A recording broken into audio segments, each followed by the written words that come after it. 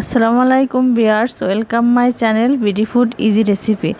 আজ আমি আপনাদের জন্য আরেকটি ইজি রেসিপি নিয়ে হাজির হয়েছি। আজ আমি আপনাদের মজাদার সুস্বাদু অতি জনপ্রিয় রসে ভেজা চিতাই পিঠা বানিয়ে দেখাবো।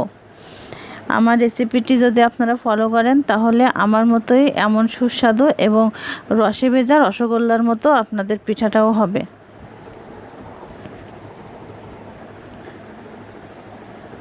দেখুন আমার পিঠাটা কতটা সুন্দর হয়েছে, রসে ভিজে একেবারে রসগোল্লার মতো হয়ে গেছে এক একটা পিঠা।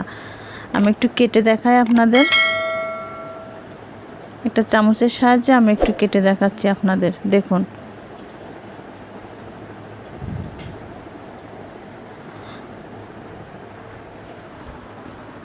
আমি সরাসরি যে হাঁড়িতে পিঠা ভিজিয়েছিলাম সেই হাঁড়ি থেকে আপনাদের দেখিয়ে দিই।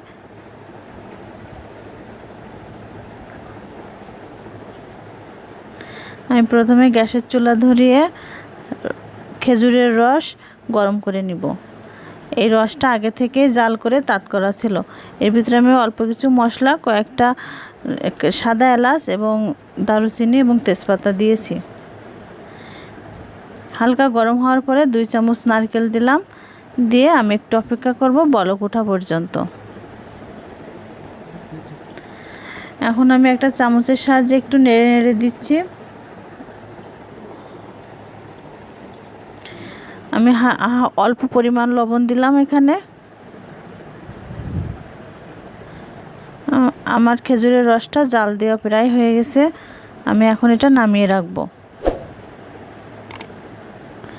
এখন আমি একটি হাঁড়িতে কিছু পানি দিয়েছি, এই পানিটা গরম হওয়া পর্যন্ত অপেক্ষা করব। দেখুন পানিটা যখন এরকম হালকা ফুটবে সেই সময় নামাতে হবে। এখন আমি হাঁড়ির পানিতে অর্ধেক পরিমাণ নারকেল কুড়ানো দিয়ে দিব।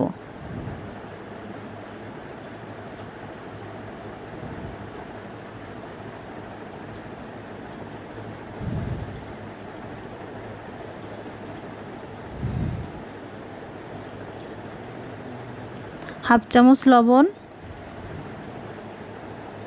এবং আপনারা আঙ্গুল দিয়ে এরকম দেখবেন, যখন দেখবেন এমন আঙ্গুল দেওয়ার পরে 2-1 সেকেন্ড আঙ্গুল রাখতে পারতেছেন, সেই সময় আটাটা গুলাতে হবে। 5 সেকেন্ড মতো থাকতে পারবে আঙ্গুল, সহ্য করা যায় তেমন। এবার আমি আটা দিয়ে দিব। আমি এখানে শুকনা চাউলের গুঁড়া নিয়েছি, একেবারে শুকনা। যেহেতু পানিটা অনেক গরম, সেজন্য একটি চামচের সাহায্যে আটাটা গুলাতে হবে, ভালো করে গুলাতে হবে পানির সঙ্গে আটা।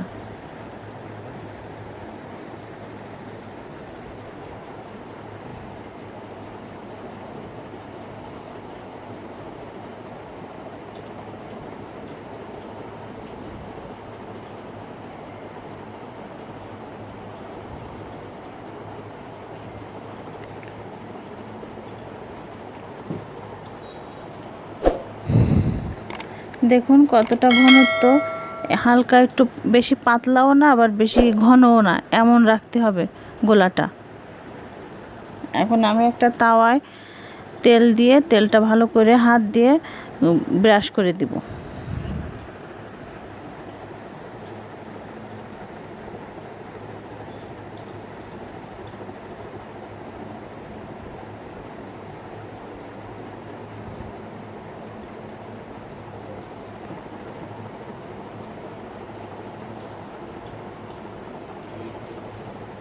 আমি এই পিঠাটা আজকে মাটির চুলায় বানিয়ে দেখাবো, কারণ এই চুলাটা মাটির চুলায় বানালে ভালো হয়, কিন্তু গ্যাসের চুলায়ও হয়। আপনারা চাইলে গ্যাসের চুলায়ও করতে পারেন।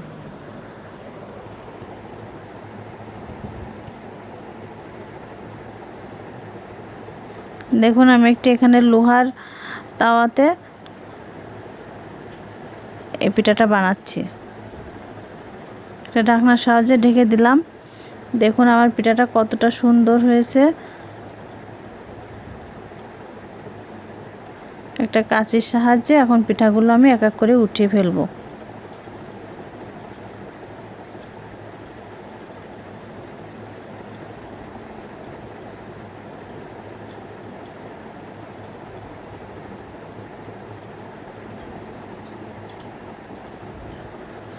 এখন আমি যে রসটা জ্বালিয়ে রেখেছিলাম সেই রসের ভিতরে পিঠাগুলো এক এক করে দিয়ে দিব,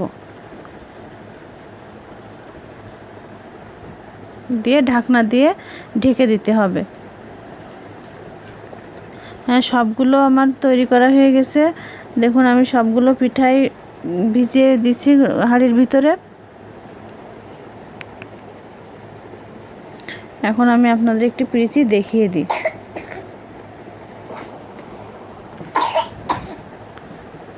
আমার ভিডিওটি যদি আপনাদের ভালো লাগে লাইক কমেন্ট শেয়ার করবেন এবং আমার চ্যানেলটি সাবস্ক্রাইব করবেন যেন আমার পরবর্তী মজাদার রেসিপি, ইজি রেসিপি আপনাদের কাছে সহজে পৌঁছে যায়। দেখুন কতটা সুন্দর হয়েছে। আমি একটি চামচের সাহায্যে চেপে চেপে দেখিয়ে দিই আপনাদের।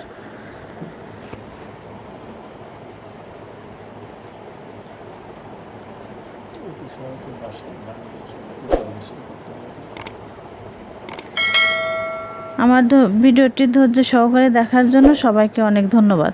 ভালো থাকবেন সবাই।